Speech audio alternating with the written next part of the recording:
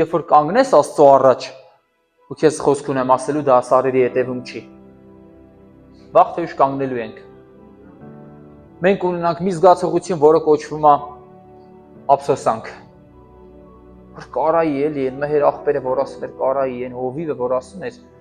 ոչ չգնացի ինչ-որ մեկին ասեցի Հիսուսը քո համար է զոհվել, բայց լավ լուր ունեմ, արությունը առել։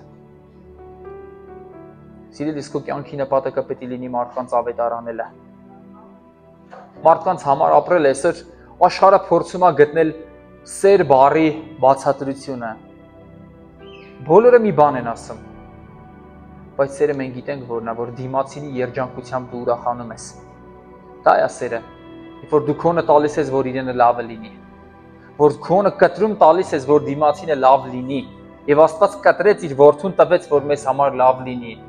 եւ դա կոչվեց սեր։